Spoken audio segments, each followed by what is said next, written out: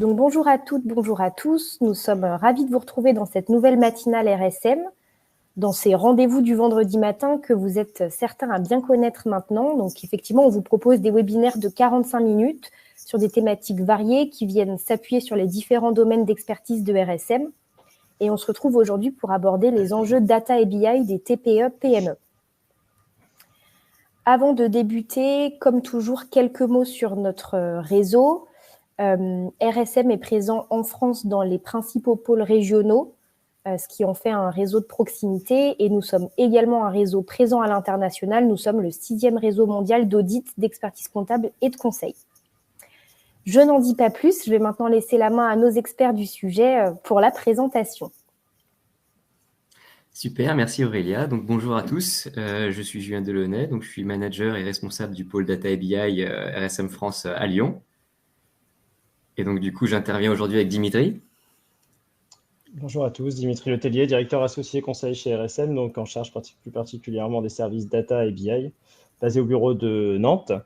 Et donc moi, j'interviendrai sur la partie BI uniquement, en proposant une démonstration d'utilisation de la BI à échelle d'un groupe et en petit bonus, comment on peut interroger nos données le plus simplement possible, aussi simple qu'une requête Google.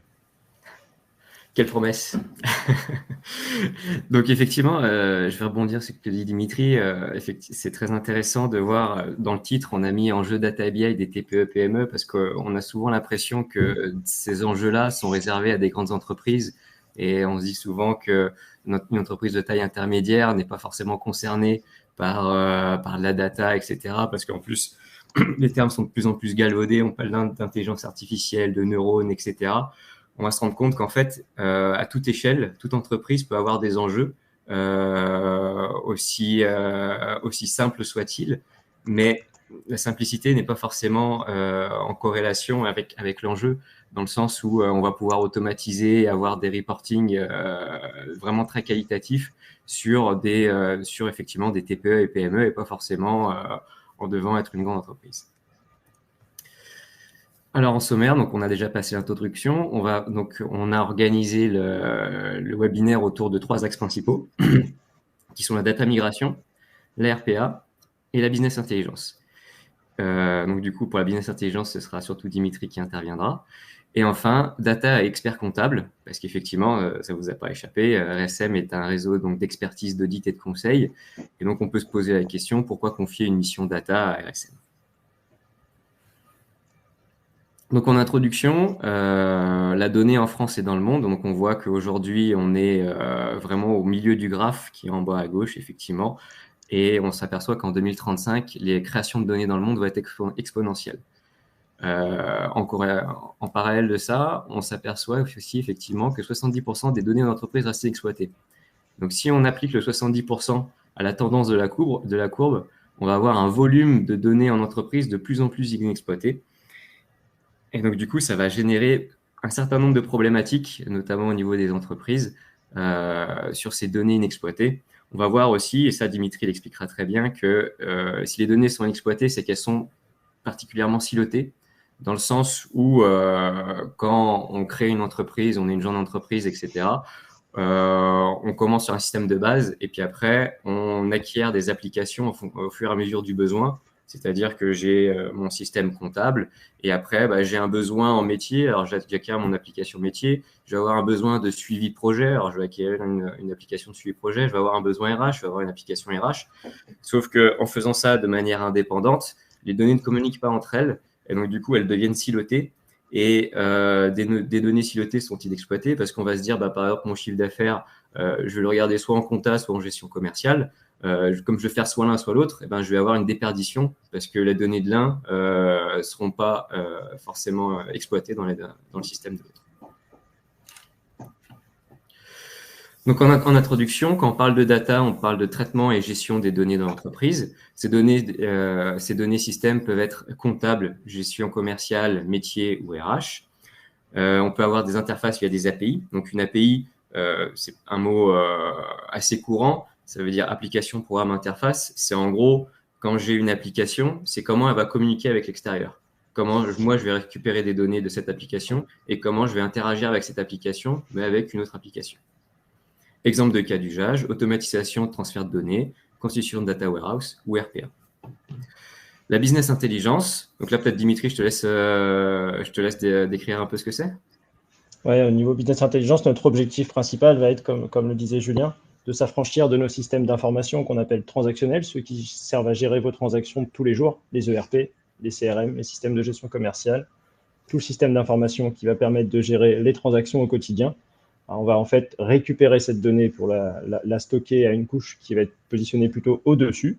On va appeler un lac de données qui va permettre de structurer cette donnée, de l'enrichir et de la mettre en fait au langage de l'entreprise pour pouvoir croiser des données issues de tout système, avoir une donnée enrichie au langage de l'entreprise en s'affranchissant du langage des éditeurs de RP et pouvoir ensuite piloter l'organisation, prendre les bonnes décisions avec les bonnes données pour tous et une version unique de la vérité qui est un peu le fil rouge des projets BI, c'est-à-dire partager une donnée unique au niveau de l'entreprise. Je montrerai de façon schématique l'architecture, ce qu'on appelle la chaîne décisionnelle rapidement après la démo. Donc, data migration, premier grand axe de notre présentation et de notre offre aussi. Donc, le besoin, par exemple, changement de logiciel ou de RP, ça, c'est un besoin assez classique dans le sens où on a une comptabilité dans un système et on va devoir migrer dans un nouveau système. Souvent, l'éditeur dit débrouillez-vous. Enfin, des fois, on a l'éditeur qui nous fait une gestion de projet sur la migration de données, mais très souvent, on voit qu'il y a une part aussi de cette migration qui a la responsabilité de l'entreprise. Et donc, nous, on intervient sur ce genre de migration. Récupération périodique, par exemple quotidienne, d'informations d'un système dans un autre système et comparer des données historiques. Et problématique, c'est que les systèmes d'origine ne communiquent pas ensemble de manière native. C'est-à-dire que quand on change de logiciel, quand on change de RP, je vais jamais avoir un bouton qui dit « Ah bah oui, chouette, je change ». Le RP, il va très gentiment me donner en gros un fichier ou un système qui va me permettre de simplement mettre ma comptabilité dans un autre système. On se rend compte que des fois, ça peut être un projet très compliqué. Ça peut être juste la migration de données peut prendre une semaine. Donc, c'est une vraie problématique. Les systèmes d'origine ne communiquent pas entre eux. Les données à traiter sont hétérogènes. Là, on est dans un autre cas de figure, c'est notamment la récupération périodique de données. Imaginons, par exemple, j'ai des données de stock ou de pricing que je veux mettre dans un autre système, dans mon système comptable, par exemple. Ça veut dire qu'en gros, mes données de stock vont devoir être converties en données comptables pour être intégrées après dans mon système de comptabilité. Donc, on a la conversion d'une donnée opérationnelle vers une donnée comptable. Et enfin, comparer les données historiques. Donc là, on a plus une approche un peu data warehouse dans le sens où ce qu'on va faire, c'est que, par exemple, on va télécharger les données, on va constituer un data warehouse qui va permettre d'historiser ces données et ensuite pouvoir reconsulter une donnée qui a été, en gros, on va dire, mise au rebut en amont. On va pouvoir la consulter après. Donc, les solutions, mise en place de processus automatisés, exécutés de manière manuelle ou planifiée. On va le faire de manière très synthétique. C'est ce qu'on appelle extract, transform, unload. On extrait les données d'un système, on les transforme pour faire en sorte qu'elles deviennent homogènes, et ensuite on les charge dans le système de destination. J'ai voulu ponctuer la présentation par des petits exemples très opérationnels qu'on a eu, il me semble, dans des TPE ou des vraiment petites PME, pour qu'on se dise qu'en gros, à tout stade, à toute taille d'entreprise, on peut être confronté à ces problématiques. Donc là, on avait par exemple une société dont l'activité était de faire du cagnotage des cagnetages. J'explique en deux mots. C'était une société qui avait un but en gros de responsabilité sociétale et environnementale, qui était de redynamiser les petits bourgades, les petits centres-villes. Et donc du coup, chaque commerçant proposait à ses clients de cagnoter. Et donc, le client avait une petite cagnotte et pouvait décagnoter chez un autre commerçant. Ça permettait de redynamiser les centres-villes, etc. Sauf qu'en comptabilité, ça générait un flux extraordinaire de données parce que chaque limite petit client avait sa petite cagnotte et sa petite décagnotage.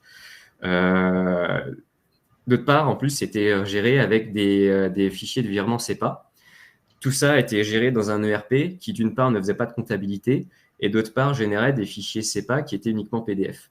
Donc la problématique, les informations de cagnotage et décagnotage ainsi que les transactions CEPA sont saisies au détail à la main en comptabilité.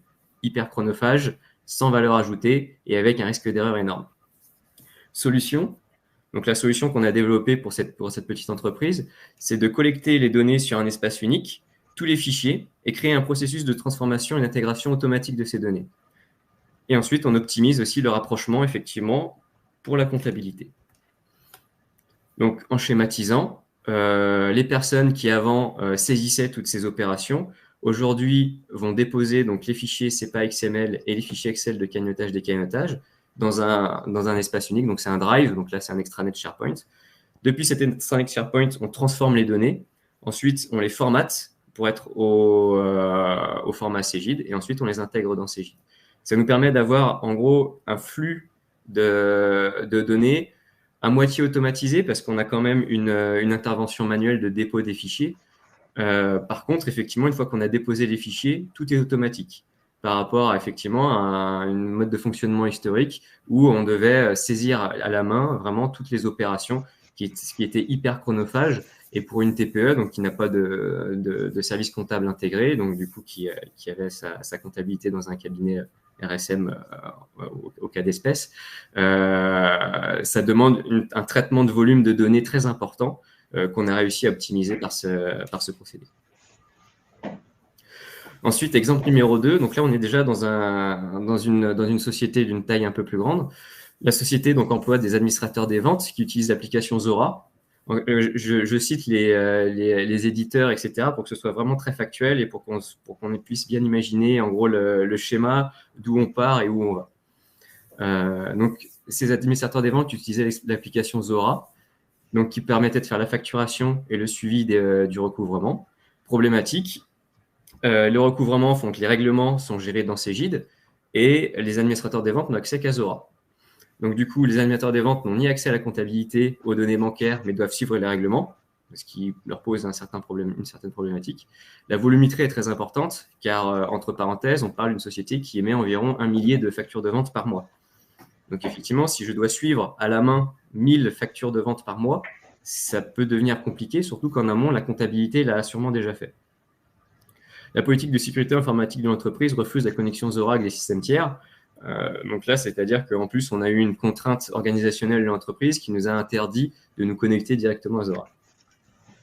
Solution, on a créé un processus automatisé interrogeant la comptabilité sur la base des factures non réglées. Donc, un administrateur des ventes dépose sur un Google Drive. Encore une fois, c'est très factuel, on utilise tous Google Drive. Donc, je fais un export de Zora. Cet export, je le dépose dans Google Drive. Et donc, cet export contient la liste des factures non payées. Le processus récupère cette liste, interroge la base Cegid sur la base de cette liste, c'est-à-dire que dans cette liste, j'ai toutes les factures non payées. Je crée une requête automatique qui va demander à Cegid est-ce que ces factures sont payées ou pas. La réponse de Cegid va être un fichier Excel qui va être formaté au format d'import de Zora, c'est-à-dire que grâce à ce fichier Excel, je pourrai faire un import dans Zora de tous les éléments qui ont attrait au règlement. Ce fichier est déposé automatiquement sur Google Drive dans un autre dossier. Et donc, l'administrateur des ventes récupère ce fichier et l'intègre dans Zora. Donc, on a répondu à la contrainte organisationnelle donc, de la politique de sécurité informatique qui nous interdisait de nous connecter directement à Zora par une solution Google Drive et un peu manuelle d'administrateur des ventes qui prend un fichier et le télécharge dans un autre fichier. Donc voilà le système. Donc c'est un système un peu plus compliqué que tout à l'heure, dans le sens où on utilise aussi des applications comme Talend, qui sont des applications vraiment ETL, qui sont des vrais ETL très performants, et donc nous permettent, donc effectivement, on voit dans la partie haute, dans la société, donc un administrateur des ventes exporte dans Zora, dépose ça dans Google Drive. Ensuite, au niveau RSM, donc exécution sur nos serveurs, on récupère le fichier dans Google Drive, on fait une requête dans Cegid, on exporte ces données, on les redépose dans Google Drive, et ensuite, dans la société, donc l'administrateur des ventes récupère le Google Drive et l'importe dans Zora. Donc là, on est déjà sur quelque chose de plus intermédiaire, mais sur une problématique très factuelle qu'en fait, on peut retrouver dans beaucoup de sociétés, dans le sens où celui qui fait le recouvrement, l'administrateur des ventes, etc., n'a pas forcément accès à la comptabilité, mais doit avoir accès au règlement. Quand on n'a pas accès à la comptabilité, en général, on n'a pas accès au relevé bancaire non plus. Et par contre, il faut que j'ai la donnée, est-ce que ma facture est payée ou pas. Et donc, nous, on est arrivé à le faire par ce biais. Un troisième petit exemple. Donc, une société, c'est un restaurateur. Donc, ça, c'est un exemple qu'on a eu très récemment. C'était au début du mois. Et donc, souhaite analyser l'évolution des coûts matières. Donc, jusque-là, rien d'exceptionnel. Un restaurant qui veut suivre ses marges. Et donc, du coup, pour suivre ses marges, voudrait suivre l'évolution donc, de son coût matière. Et donc, on a un chef dans ce restaurant qui actualise chaque jour un fichier de stock à partir du coût d'une part et de la quantité pour valoriser son stock. La problématique, c'est que c'est un fichier unique. Donc, on est sur un chef restaurateur qui a un fichier unique, un fichier Excel qu'il va modifier. C'est-à-dire que, par exemple, si j'achète des tomates un jour à 2 € le kilo, le lendemain à 2,50 €, je modifie dans mon fichier pour la variation de mon stock, je modifie 2,50 €. La problématique, c'est que du coup, on n'a pas d'historisation parce que le fichier est modifié au fur et à mesure de la vie de la société. Et donc, pour ça, qu'est-ce qu'on va faire? En fait, on va, de manière récurrente et de manière périodique, on va prendre l'image de ce fichier, on va prendre une copie de ce fichier et on va la stocker dans une base de données. Et dans cette base de données, on va dire, bah voilà l'image de fichier à tel jour. Et de fil en aiguille, à force de répliquer ce fichier tous les jours et d'avoir une image du fichier tous les jours, si le chef il change son coût matière, eh ben, on va avoir l'évolution du coût matière car on a l'image du fichier tous les jours. Et dans ce fichier, dans l'image de ce fichier, on a le coût matière à la date du jour. Et en plus, on avait la problématique, effectivement, quand on essaie d'intervenir. Donc ça, avec Dimitri, c'est un peu, on essaye de faire un peu de conseils aussi sur comment gérer au mieux ces données, etc. Mais là, on intervient dans un système simple où le chef, il met à jour ses coûts matières. Et quand on lui dit, bah, il faudrait peut-être soit avoir un ERP, soit une base de données, soit le chef, il dit non, moi j'ai un fichier Excel, je veux continuer d'utiliser mon fichier Excel, je veux pas changer mes habitudes parce qu'en plus, le chef, il a une équipe. C'est pas forcément lui qui va mettre à jour son fichier, c'est peut-être le commis, c'est peut-être celui qui va réceptionner les marchandises, etc., qui ne sera pas forcément lui. Donc, il y a déjà un petit processus qui est en place. Et le but, c'est pas de modifier ce processus en disant bah, c'est pas la bonne méthode, c'est de s'adapter au mieux à ce processus pour arriver aussi à l'objectif qui nous avait été posé, c'est-à-dire pouvoir suivre effectivement le coût matière. Donc voilà, le stockage d'une base de données. Après, donc ça, Dimitri pourra l'expliquera aussi dans la partie business intelligence. L'avantage, c'est qu'une fois qu'on a tout stocké dans une base de données, on peut connecter un outil de business intelligence et après pouvoir suivre le coût matière.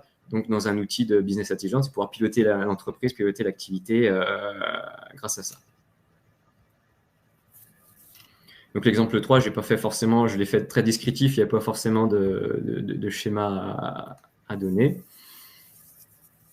Donc voilà sur la partie data migration. La partie data migration, en fait, c'est quelque chose où en fait on va créer des scripts, on va créer des programmes informatiques, etc., qui sont soit exécutés de manière périodique, soit exécutés de manière manuelle, mais dans tous les cas, ce sont des flux de données qui transitent. Contrairement à la RPA, donc là j'attaque effectivement sur la RPA. Donc la RPA, c'est Robotic Process Automatisation, où en gros, terme un peu galvaudé, on va parler d'un robot. Je ne fabrique pas de robots, je ne suis pas industriel. Par contre, ces robots, ça va être des programmes informatiques, des scripts. Et donc, du coup, on va voir, effectivement, ils vont répondre à un besoin qui sont des tâches récurrentes ou ponctuelles, chronophages et sans valeur ajoutée humaine. Et donc, c'est des systèmes pour lesquels une data migration est impossible, car les systèmes sont trop fermés. Effectivement, il y a des cas où là, j'expliquais, Zora, par exemple, je peux faire un export, je peux faire un import, Cegid, je peux faire une requête, etc. Il y a des cas où, effectivement, les systèmes vont être tellement fermés que faire des imports, faire des exports, ce ne sera pas possible, d'une part. Et d'autre part, pour certaines actions, on sera obligé de passer par l'interface graphique, l'interface utilisateur. Donc, du coup, on va avoir une problématique parce qu'on va se dire un script qui doit passer par l'interface utilisateur, ça va quand même être compliqué. Donc, la problématique, il est impossible de faire communiquer les systèmes d'origine et les systèmes d'origine n'offrent pas de solution automatisée adaptée aux besoins. Donc, la solution de la RPA, donc Robotic Process Automatisation. En fait, les RPA, c'est un petit programme qui va se substituer à un utilisateur. C'est-à-dire que un robot va avoir les mêmes droits, donc ça veut dire que ça va être un profil. Nous, par exemple, chez RSM, on lui a donné un nom, on lui a donné, donc il a des licences logicielles, il a une session, au même titre qu'un collaborateur normal. Mais effectivement, c'est un script, donc du coup, c'est assez d'ailleurs, entre parenthèses, rigolo, entre guillemets, à voir fonctionner parce qu'on voit la souris bouger, on voit que le robot écrit des choses, etc. Par contre, c'est tout automatisé. Et donc, du coup, contrairement à un humain, eh ben, effectivement, déjà, on va diminuer les risques d'erreur. On va aussi pouvoir le faire travailler la nuit. Moi, je ne dis pas qu'un humain ne travaille pas la nuit. Sur des tâches administratives, c'est peut-être un peu plus compliqué à justifier. Là, l'avantage, c'est que le robot va pouvoir travailler de manière transparente et que l'humain va pouvoir après récupérer le travail du robot. Je vais donner des exemples. Donc, la société suit son activité dans une base de données Access. Donc, ça, c'est une problématique qu'on a eue très récemment, de laquelle elle peut exporter les prestations à facturer sous format Excel. Le groupe lui impose une application de facturation dans laquelle il est impossible de faire des importations. C'est-à-dire qu'on a un fichier Excel d'un côté de facture à créer. Par contre, le ERP n'accepte pas d'import. C'est-à-dire qu'en fait, le ERP, le logiciel de facturation, oblige la facturation, une personne à saisir manuellement les factures. Donc, le service administratif doit donc saisir les factures à la main. Le volume est d'environ 400 factures par mois. C'est-à-dire qu'on imagine une personne qui a un fichier Excel avec 400 lignes et qui doit recopier 400 factures dans un logiciel de facturation. Donc, c'est une tâche peu valorisante déjà pour la personne qui le fait et donc assez aliénante quand même parce qu'on imagine que recopier 400 lignes, c'est pas non plus, je pense que c'est pas le moment du mois qu'elle attend avec impatience. Et en plus, c'est sans valeur ajoutée parce que là, on est vraiment sur une tâche qui était déjà faite en amont et traitée dans la base Access et on doit juste recopier les factures dans le système de facturation. Donc, c'est quand même à très faible valeur ajoutée. Le temps de traitement est de 4 jours ETP. Donc là, on est quand même sur un enjeu assez important qui est de dire, voilà, on a une tâche sans valeur ajoutée et on met une personne 4 jours à faire ça. C'est quand même assez, en termes financiers, on est quand même sur un enjeu assez important.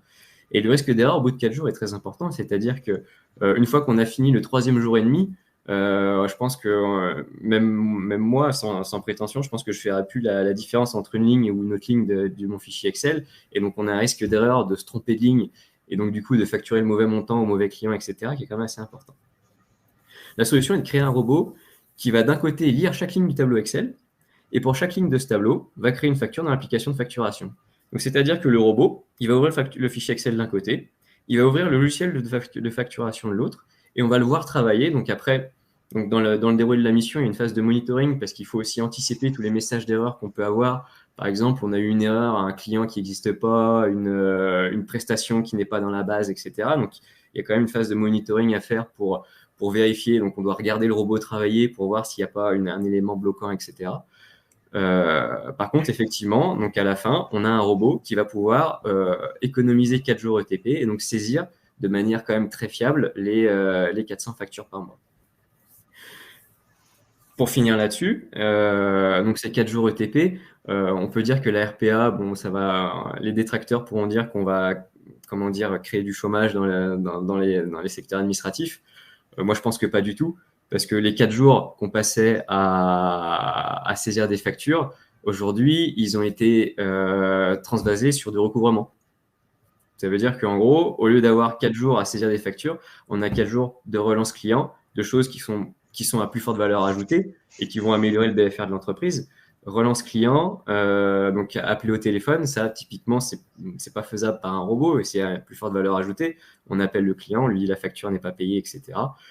Chose qu'on ne faisait pas avant et qu'on peut faire aujourd'hui. Donc, du coup, on a transféré de la tâche sans valeur ajoutée à de la tâche avec valeur ajoutée, ce qui permet à l'entreprise d'améliorer son organisation administrative. Exemple 2. Alors, il n'y a pas de schéma d'exemple de RPA parce qu'en fait, si jamais je partage mon écran et que je monte un robot fonctionner, on peut dire que je triche et que c'est moi qui fait bouger la souris. Donc, c'est pour ça que ça n'a pas énormément de valeur ajoutée de montrer que quelque chose comme ça fonctionnait. Mais effectivement, tous les exemples que je donne là, ils ont été livrés. Donc, ce sont des processus qui marchent. La société, donc l'exemple 2, la société obtient des opportunités. Donc ça, c'est une mission. Alors, j'ai un peu triché parce que c'est une mission qu'on vient de chiffrer, mais qu'on n'a pas encore produite. C'est mon travail dessus. Donc, la société obtient des opportunités depuis une application de Data Explorer et suit ses clients dans une CRM. C'est-à-dire que d'une part, on a une base d'opportunités, d'autre part, on a une CRM. Et la problématique, l'API de l'application d'opportunités ne permet pas d'obtenir toutes les infos nécessaires au remplissage de la CRM. Là, on a une application d'analyse de data, etc., qui me donne des opportunités en fonction de mon activité, me donne une liste d'opportunités. Et en revanche, cette application propose une API, mais cette API ne donne pas tous les champs nécessaires au remplissage de ma CRM. Parce que je vais avoir des champs qui vont être affichés, donc soit en données croisées, soit qui ont été récupérés par l'application sur d'autres applications, etc. Donc du coup, si j'utilise l'API, je n'ai pas assez de matière pour remplir ma CRM. La solution va créer un robot qui d'un côté va ouvrir un navigateur, se connecter à cette application, lire toutes les lignes d'opportunité qu'on a dans l'application et les recopier par exemple. Et là, par contre, on utilise l'API de la CRM, car l'API de la CRM, elle, pour le coup, elle me permet d'importer les données dans la CRM. Donc là, encore une fois, on a une problématique où, de prime abord, on a pu se dire c'est une problématique de data migration. On a des données dans un système, on veut les transférer dans un autre système, on fait de la data migration. Par contre, la problématique, c'est que l'API étant insuffisante, on ne peut pas faire de la data migration parce que je suis obligé de me connecter en fait, à l'application pour lire les données et pour recopier dans la CRM. Et donc là, du coup, on a réussi. Donc là, encore une fois, on crée un robot. Donc, encore une fois, c'est comment dire, c'est un petit robot comme un utilisateur qui va se connecter à l'application, lire les données et donc les recopier dans la CRM. Et donc voilà, je laisse Dimitri, je laisse la main à Dimitri donc sur la business intelligence sur laquelle il a beaucoup d'expérience et pourra partager donc du coup son expérience sur le domaine. Merci beaucoup, Julien. Donc sur la partie business intelligence, on a posé le contexte tout à l'heure, l'objectif, la version unique de la vérité pour l'entreprise, quels que soient les systèmes sources, et avec un accès différencié en fonction des utilisateurs. Donc le but, c'est de faire directement une démonstration de l'application finale auquel se connectent tous les utilisateurs pour consommer cette donnée, et puis ensuite, à l'issue, en une petite minute, de regarder un peu ce qu'il y a derrière, soulever le capot, voir la chaîne décisionnelle de bout en bout. Donc je vais commencer par vous partager mon écran.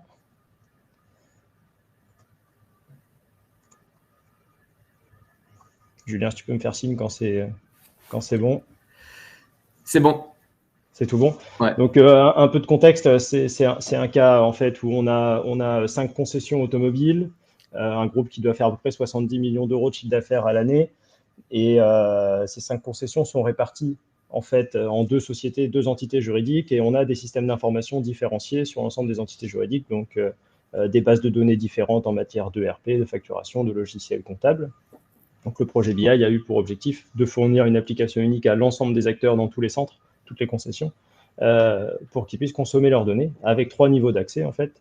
2 niveaux principaux que sont l'accès actionnaire pour avoir sa vision d'ensemble sur le groupe unifié en automatique. On actualise toutes les nuits, donc on est au quotidien à jour.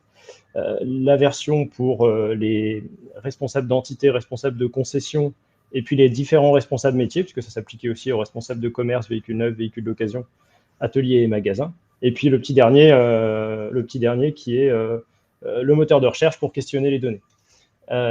Du coup, un simple petit exemple pour des indicateurs groupes, par exemple, ça va permettre à un actionnaire de se connecter directement ici et d'avoir de façon agrégée l'ensemble de son résultat. Donc le compte de résultat est présenté agrégé entre les 2 sociétés avec retraitement des opérations interco, et on a un dynamisme en fait pour aller présenter la performance financière de chaque entité. Donc ça permet d'être vraiment en self-service pour l'actionnaire, de ne pas avoir besoin de repasser par la compta pour faire des extractions. Donc je veux le compte de résultat d'une seule société, je clique sur la société. Je veux le compte de résultat d'un seul centre, je clique sur un seul centre. Pour ce centre, je veux uniquement le résultat de l'activité véhicule d'occasion, je clique sur l'activité véhicule d'occasion. Et je vais donc avoir toutes les opérations externes du département, avec la possibilité de descendre dans le détail des comptes en fait, qui constituent le compte de résultat. Et puis les opérations internes avec les autres activités que sont véhicules neufs, magasins, ateliers ou autres.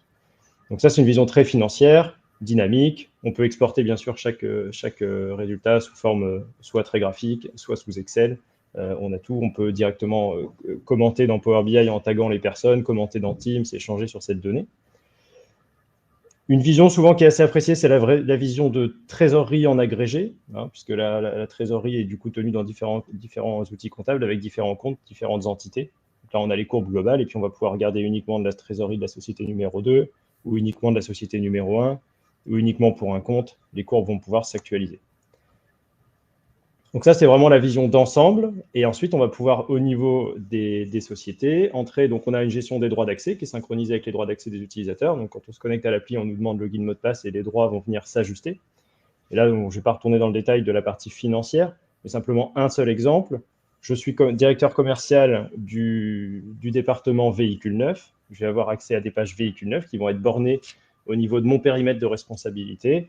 Et je vais avoir tout un tas d'indicateurs. Donc, on a tous les sous-menus qui sont ici. Et admettons, je vais regarder mes dossiers plus en détail pour analyser une période passée. J'ai l'ensemble de mes ventes véhicules qui sont représentées. Un point, une vente. Plus on est haut, plus on a généré de marge. Plus on est à droite, plus ce sont des chiffres d'affaires importants par vente. Je veux analyser un modèle de véhicule vendu. Alors, c'est des codes, parce que les données sont anonymisées. Je veux analyser un modèle de véhicule et j'identifie un point à investiguer, par exemple celui-ci, puisqu'il est affiché en rouge puisque la marge est passée en dessous de 0 ou en dessous de la norme ou en dessous du prévisionnel. Après, c'est à paramétrer dans l'outil. Et donc, je vais avoir un premier niveau d'information pour savoir de quel dossier il s'agit, quelle a été la marge, quel a été le client, pour essayer de comprendre un petit peu plus. Et puis, vous voyez en bas, cliquez avec le bouton droit pour explorer les détails, c'est-à-dire que si ça ne suffit pas pour comprendre, on est capable d'aller extraire un compte de résultat du véhicule pour chaque véhicule et de pouvoir tracer l'ensemble des opérations qui ont mené à cette marge et d'aller comprendre, en fait, avec des informations véhicules, avec le client et l'endroit où on a livré, avec la décomposition macro de la marge et avec ensuite les différents détails. Donc, si ce sont sur les coûts de préparation de 383 € qu'on a un sujet, on va pouvoir descendre jusqu'à l'euro près sur la composition, en fait, des coûts de préparation.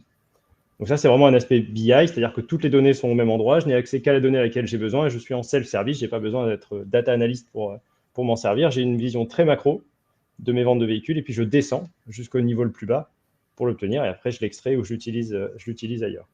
Et enfin, la dernière chose que je voulais montrer, un niveau un peu plus avancé d'interface utilisateur. Donc là, c'est la promesse de pouvoir questionner les données, entre guillemets, de la même façon que je questionnerais un moteur de recherche classique type Google.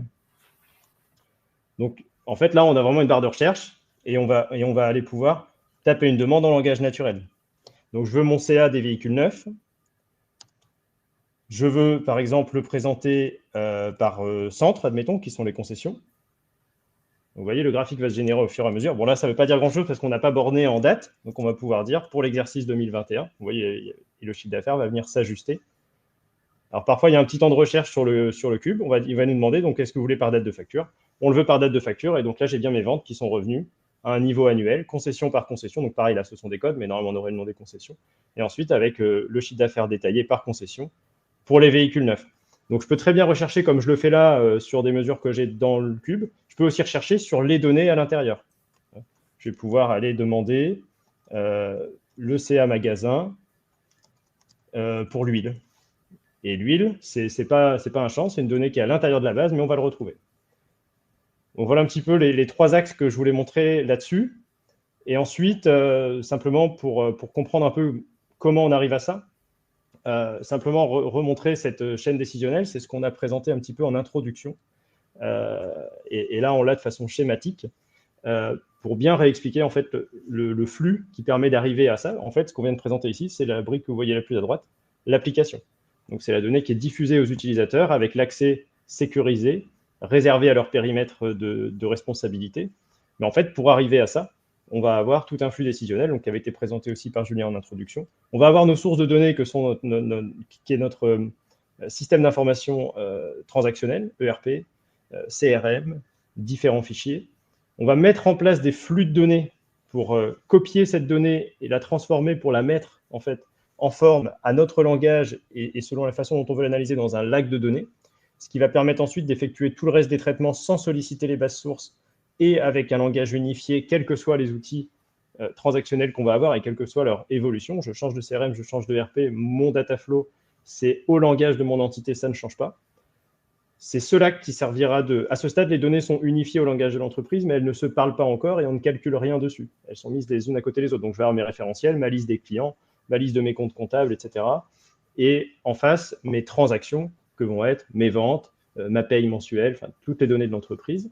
Et ensuite, on va commencer à modéliser ces données, c'est-à-dire qu'on va faire des liens entre les tables, des calculs sur les tables, et c'est ce qui va servir de source à nos rapports qu'on va packager dans des applications avec contrôle de ce qu'on diffuse au métier. Donc là, j'ai mis une répartition des rôles complète qui permet la scalabilité pour des entreprises plus grosses.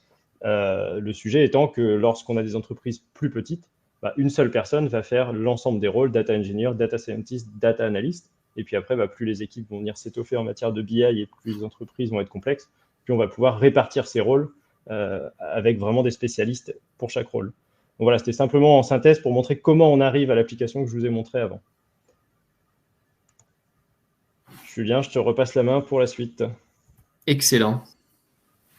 Merci beaucoup. C'est toujours très impressionnant de voir une application comme ça et de se dire qu'effectivement, on est capable, nous, cabinet de conseil, de pouvoir donner effectivement des applications comme ça à notre client.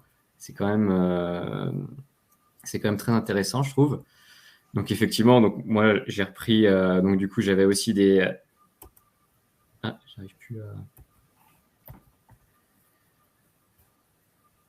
J'avais aussi donc du coup quelques exemples donc sur la business intelligence qui étaient par exemple des exemples plus pour TPE du type par exemple un petit groupe de TPE qui avait donc un petit groupe de 4 sociétés qui avaient besoin d'avoir son chiffre d'affaires client parce qu'ils avaient le même client sur chacune des sociétés, mais chacune des gestions commerciales étant indépendante de l'autre société. L'entreprise est obligée d'interroger chacune des gestions commerciales pour avoir le chiffre d'affaires client ou groupe. Et donc, du coup, ce qu'on a fait, c'est comme Dimitri l'a expliqué, on met toutes les données effectivement des systèmes transactionnels, on les bascule dans ce qu'on appelle un lac de données, c'est-à-dire qu'on agrège en gros toutes les données de gestion commerciale. En plus, à chaque fois, c'était la même application de gestion commerciale, donc c'était pas très compliqué à faire. Et ensuite, par un jeu de formatage de données, on arrive à avoir un tableau avec en titre de colonne la société, en ligne le client, et avoir ensuite effectivement le chiffre d'affaires groupe par client. C'était effectivement. C'est marrant, j'ai plus la main pour placer. C'était effectivement une petite mission qu'on avait pour une TPE. Une autre petite mission, c'est encore le même restaurateur avec son chef, effectivement, qui voulait par exemple un seuil de rentabilité par couvert. On est dans des trucs très factuels, dans le sens où le seuil de rentabilité par couvert, il faut d'une part les frais fixes et le taux de marge comptable pour calculer le seuil de rentabilité, et d'autre part le panier moyen pour convertir le chiffre d'affaires en nombre de couverts. Et donc, ce sont deux informations qui viennent de systèmes hétérogènes. Il y a une information qui vient de la comptabilité, une autre information qui vient d'un système de caisse. Comme a dit Dimitri, ce sont des systèmes transactionnels. La comptabilité, elle saisit les achats, les ventes, la banque, etc. Le système de caisse, il saisit toutes les ventes au jour le jour et permet de faire des stats sur, par exemple, le panier moyen. Et donc, c'est en couplant ces deux systèmes de données qu'on arrive à avoir, par exemple, c'est l'exemple un peu typique, le seuil de rentabilité en nombre de couverts, chose qui est possible juste en croisant les deux données. Si on ne croise pas les deux données, normalement, c'est plus ou moins impossible. Et en sachant qu'en plus, comme on va gérer des données avec une forte volumétrie, on va pouvoir le faire tous les jours. C'est ce que disait Dimitri, c'est actualiser toutes les nuits. Donc, du coup, effectivement, on peut le faire tous les jours et avoir tous les jours un seuil de rentabilité actualisé, suivre en gros le seuil de rentabilité et dire, voilà, j'en suis par exemple ce mois-ci à tant de couverts, il me faut tant de couverts pour être rentable. Donc, du coup, voilà mon objectif, voilà où j'en suis et voilà où j'en suis aujourd'hui et ce qui me manque pour atteindre l'objectif. Et on n'a pas de limite à ce niveau lorsque le cas d'usage le nécessite, la donnée est pertinente et la donnée est disponible, on peut être sur du live ou quasiment live. Et alors, ce qui est intéressant, et donc du coup, c'est la dernière slide, ce que tu as dit, Dimitri, c'est en gros la donnée disponible. Parce que très souvent, les données existent, c'est juste qu'en fait, effectivement, soit l'utilisateur final n'en a pas la vision, soit l'éditeur la garde des fois un peu jalousement, mais la donnée existe souvent. Après, nous, ce qu'on va faire en sorte, c'est qu'elle soit accessible et qu'elle soit exploitable. Parce que cet exemple où la donnée de caisse, effectivement, elle est accessible. En revanche, l'éditeur de caisse a pas été quand même très, coopératif pour nous donner l'accès, effectivement, à toutes ces données. Parce qu'en fait, maintenant, ce qu'on arrive à avoir, c'est un export avec tous les tickets, en fait. C'est ce qu'on veut, c'est avoir la donnée d'origine aussi, enfin la donnée d'origine. Et donc là, c'est là où effectivement, donc du coup, c'est sur ça que je voulais conclure. Pourquoi les experts comptables, pourquoi RSM, on fait de la data, vous l'avez certainement compris. D'une part, on est au centre des flux de l'entreprise. C'est-à-dire que par notre rôle comptable, on gère sur l'entreprise les achats, les ventes et la banque. Pour aller plus loin à ce niveau-là, à titre personnel, donc j'anime des formations facturation électronique au Conseil régional de l'Ordre d'experts comptables Auvergne-Rhône-Alpes. Et dans la facturation électronique, il y aura beaucoup de données. Il y aura les données comptables, date, montant hors taxe, TVA, montant TTC, etc. Il y aura aussi des données, des métadonnées, des données métiers, comme le prix unitaire. C'est l'exemple que je donnais tout à l'heure. Le restaurateur qui tient son petit fichier Excel avec le prix unitaire de ses produits, peut-être qu'avec la facturation électronique, on pourra utiliser les données de facturation électronique pour faire ça de manière automatique. Et qui reçoit les factures électroniques? L'entreprise, mais qui les traite? C'est l'expert comptable. Donc, du coup, on est vraiment au centre et à l'origine des flux des données de l'entreprise. Et c'est pour ça que, naturellement, on a migré notre activité, avec Dimitri surtout, on s'est spécialisé là-dedans, sur l'exploitation de ces données et pouvoir les restituer au chef d'entreprise pour qu'il puisse piloter son activité. Ensuite, on a une approche hybride entre IT et finance parce qu'effectivement, nous, en tant qu'experts comptables, on a aussi l'approche très opérationnelle des données. C'est-à-dire qu'au-delà de l'IT, pour qui une donnée est une donnée, c'est une ligne avec des informations. Pour nous aussi, ces données ont un sens, comme par exemple le chiffre d'affaires, comme un achat, etc. On va pouvoir, de manière plus facile, les catégoriser et leur adjoindre une règle de gestion de traitement. Par exemple, on a une multitude d'exemples, mais on avait surtout le cas d'entreprises qui veulent avoir du chiffre d'affaires encaissé. On se dit toujours que c'est assez facile, mais pour un expert comptable, c'est pas évident parce que quand on prend juste la comptabilité du chiffre d'affaires encaissé, il y a beaucoup de variables et beaucoup d'enjeux à appréhender. Et c'est pour ça que nous, effectivement, on va être au centre de ces problématiques, car on a aussi, d'une part, par notre spécialité, l'approche IT, mais aussi, d'une part, par notre métier, l'approche finance. Et enfin, donc, on est référence aussi en termes de processus administratifs et financiers. Donc là, ce que je vise, c'est surtout aussi la RPA, mais aussi la data migration, dans le sens où, quand on fait de la data migration, moi, à titre personnel, j'ai souvent des éditeurs qui me disent, bah voilà, je veux transférer des données dans Cegid. Comment je fais? Parce que du coup, ils m'envoient des fichiers, etc. Et on se rend compte que les fichiers, bah, il y a par exemple une interprétation comptable qui est mauvaise, une donnée qui n'est pas dans le bon champ, etc. Et donc, c'est vrai que du coup, on devient référent aussi sur ces problématiques d'interfaçage de données entre un système métier ou autre qui reste informatisé et le système comptable.